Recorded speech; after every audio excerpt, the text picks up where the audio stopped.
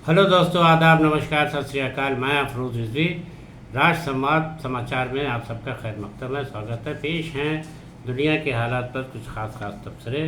तो ईरान को अपने दबाव में लेने के लिए अमेरिकी राष्ट्रपति डोनाल्ड ट्रंप ने जो कल धमकी दी थी, अब उससे यू टर्न ले लिया है। कल उन्होंने धमकी दी थी कि अब ईरान के ख़िलाफ़ फिर से जंग करूँगा ताकि वो जल्दी से समझौता कर ले, और वो जो समझौता चाहते हैं वो तो बहुत मुश्किल नज़र आ रहा है। ईरान इसके जवाब में उससे मुकाबला करने को तैयार है, मगर अब आज फिर एक बयान डोनाल्ड ट्रंप की तरफ से जारी हुआ है जिसको उन्होंने यू टर्न ले लिया है। यानी अब फिर कह दिया कि अभी जो जंग का हमने कहा था कि यानी जो जंग का धमकी दी थी उसके मुताबिक आज ये जंग ईरान पर कर देते, हमला कर देते, दोनों के बीच लड़ाई शुरू हो जाती। लेकिन उन्होंने अब ये कहा है कि हमें लगता है कि कोई समझौता का राह निकल रही है, और मुझे इस बात की यकीन दहानी सऊदी अरब और यूएई और कतर की तरफ से दिलाई गई है, जिसमें ये कहा गया है कि ईरान जो है कोई ऐसा तजवीज़ पेश कर रहा है जिससे लगता है कि समझौता निकल आएगा। इसलिए अमेरिकी राष्ट्रपति से उन्होंने ये आग्रह किया, ये अपील की कि अभी आप हमले को टाल दीजिए। तो अमेरिकी राष्ट्रपति ने डोनाल्ड ट्रंप ने इस बात को दोहराया है कि चूँकि इन तीनों देशों की तरफ से मुझसे ये यकीन दिलाया गया है कि अब जब समझौता होने जा रहा है, हो जाएगा, तो आप हमला न करिए, तो मैंने इसलिए हमले की बात टाल दी है। अब अगर इसके बावजूद भी कोई राह नहीं निकली तो मैं अपने हमले को फिर से शुरू कर दूंगा। इस तरह से उन्होंने 2 दिन की शायद और मोहलत दी है डोनाल्ड ट्रंप ने, लेकिन ये समझा जा रहा है कि कहीं न कहीं इसमें भी कोई खेल है। दरअसल आपको बता दें कि अमेरिका और इजराइल ने जब 28 फरवरी को ईरान पर हमला किया था, तो उस वक़्त सऊदी अरब, यूएई यानी यूनाइटेड अरब अमीरात और कतर तीनों ने मिल करके अमेरिका का साथ दिया था ईरान के ख़िलाफ़, और अपने यहाँ से अमेरिकी फ़ौजी लगवा करके हमला कराया था। और इसमें सऊदी अरब सबसे ज़्यादा इंटरेस्ट ले रहा था कि जल्दी से ही हमला शुरू कर दिया जाए। यानी तीनों अमेरिका के लिए काम कर रहे थे, मुस्लिम ममालिक होने के बावजूद ईरान के सख्त दुश्मनी निभा रहे थे। तो उससे कबल जो है ईरान की तरफ से ये कहा गया था कि अगर ये लड़ाई होगी तो आसपास के जो देश हैं वो उसमें बड़ी तबाही आएगी, और आसपास के देश यही सऊदी अरब, यूएई और कतर थे जिनके यहाँ भारी नुकसान हुआ है। तो अब ये समझा जा रहा है कि चूँकि ट्रंप ने धमकी दी थी तो ये हुआ था कि फिर अमेरिका जब हमला करेगा या इजराइल हमला करेगा ईरान पर, तो ईरान फिर से हम ही लोगों पर हमला करेगा। तो अब ये तीनों डरे हुए हैं। दरअसल ये तीनों दुश्मन हैं, और ईरान की तरफ से भी कहा जा रहा है कि हमसे इन तीनों मुल्क के किसी भी अधिकारी या किसी भी डिप्लोमेट की तरफ से या उसके सरकारी अफसर की तरफ से कोई बातचीत नहीं हुई है। ये बात एक तरफा कही जा रही है। तो यही समझा जा रहा है कि तीनों मुल्क अपने ऊपर होने वाले हमले के डर से अब वो चूँकि साथ दिया है ट्रंप का, डोनाल्ड ट्रंप का, तो ट्रंप ने भी उनको जो है उनकी मदद में ये बात कहनी शुरू कर दी है कि चूँकि इन मुल्कों ने मुझसे कहा है इसलिए मैंने एक मौका ईरान को और दे दिया है। लेकिन अगर ईरान इसके बावजूद नहीं मानेगा तो फिर जंग की बात फिर से शुरू की जाएगी। तो अब देखिए क्या होता है। बहरहाल उधर ईरान के राष्ट्रपति ने अब अगला क्या कदम उठाएंगे ये जाहिर नहीं किया है, लेकिन तीनों राज्यों को, तीनों देशों को ही आधार बना के यू टर्न ले लिया है।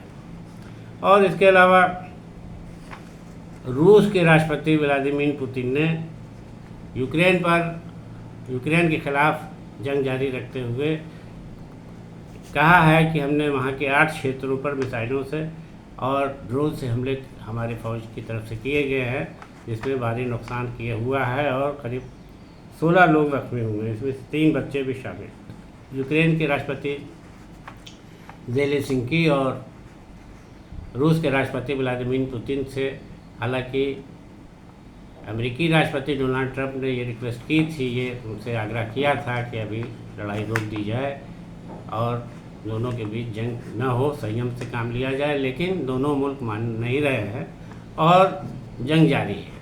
यानी अमेरिकी राष्ट्रपति डोनाल्ड ट्रंप के किसी भी सुझाव का यानी किसी भी उसका असर उन पर नहीं हो रहा है। बहरहाल देखिए, अब यहाँ भी जंग कब ख़त्म होती है।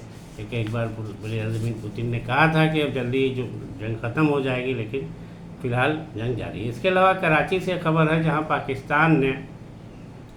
पाकिस्तान के सुरक्षा बलों ने एक अभियान में अफ़गानिस्तान के 35 चरमपंथियों को मार गिराने का दावा किया है।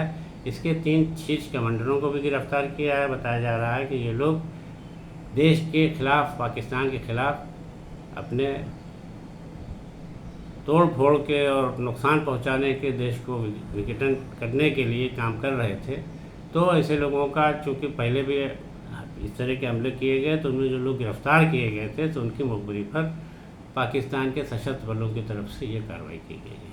बहरहाल अब पाकिस्तान ने अपना दावा किया, इसमें कहाँ तक सच्चाई है तो वही जाने, लेकिन 35 चरमपंथियों को मार गिराने की बात कही है। इसके अलावा वाशिंगटन से ही जारी अमेरिका और ईरान के बीच तनाव के मद्देनज़र चीन ने ईरान को कोई साजो सामान न देने की बात अमेरिकी राष्ट्रपति डोनाल्ड ट्रंप से कही है। ये दावा अमेरिका के ही एक बड़े अफसर की तरफ से किया जा रहा है, सिर्फ इसलिए कि चीन जो है कोई सामान भेजने ना पाए अमेरिका को। उसने कहा है अफसर की तरफ से कि चीन में जो दौरे पर डोनाल्ड ट्रंप गए थे, तो वहाँ उनसे ये वादा किया था चीन ने कि हम अमेरिका को, उसको ईरान को कोई भी साजो सामान ऐसा नहीं देंगे। यानी डोनाल्ड ट्रंप की ये कोशिश है कि जो भी वहाँ पर मुश्किलें हैं, जो भी मुसीबतें हैं, आम चीज़ें नहीं मिल रही होंगी, बहुत सारी चीज़ें आवाम को, तो चीन ऐसी कोई मदद न करे। और इस अफसर की तरफ से ये भी कहा गया कि डोनाल्ड ट्रंप ने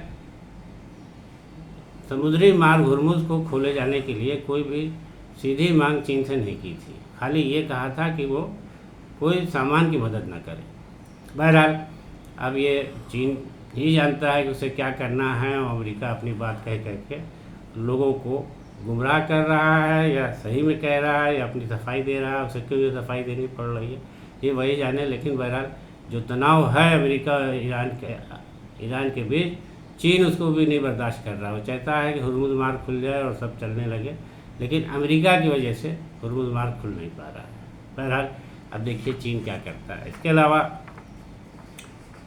नॉर्वे में अब भारत सरकार के हमारे देश के प्रधानमंत्री नरेंद्र मोदी को सर्वोच्च नागरिक सम्मान से सम्मानित किया गया है। यह सम्मान मोदी जी को दोनों देशों के बीच बेहतर संबंध बनाए जाने और संबंधों को मजबूत रखने की दिशा में दिया गया है।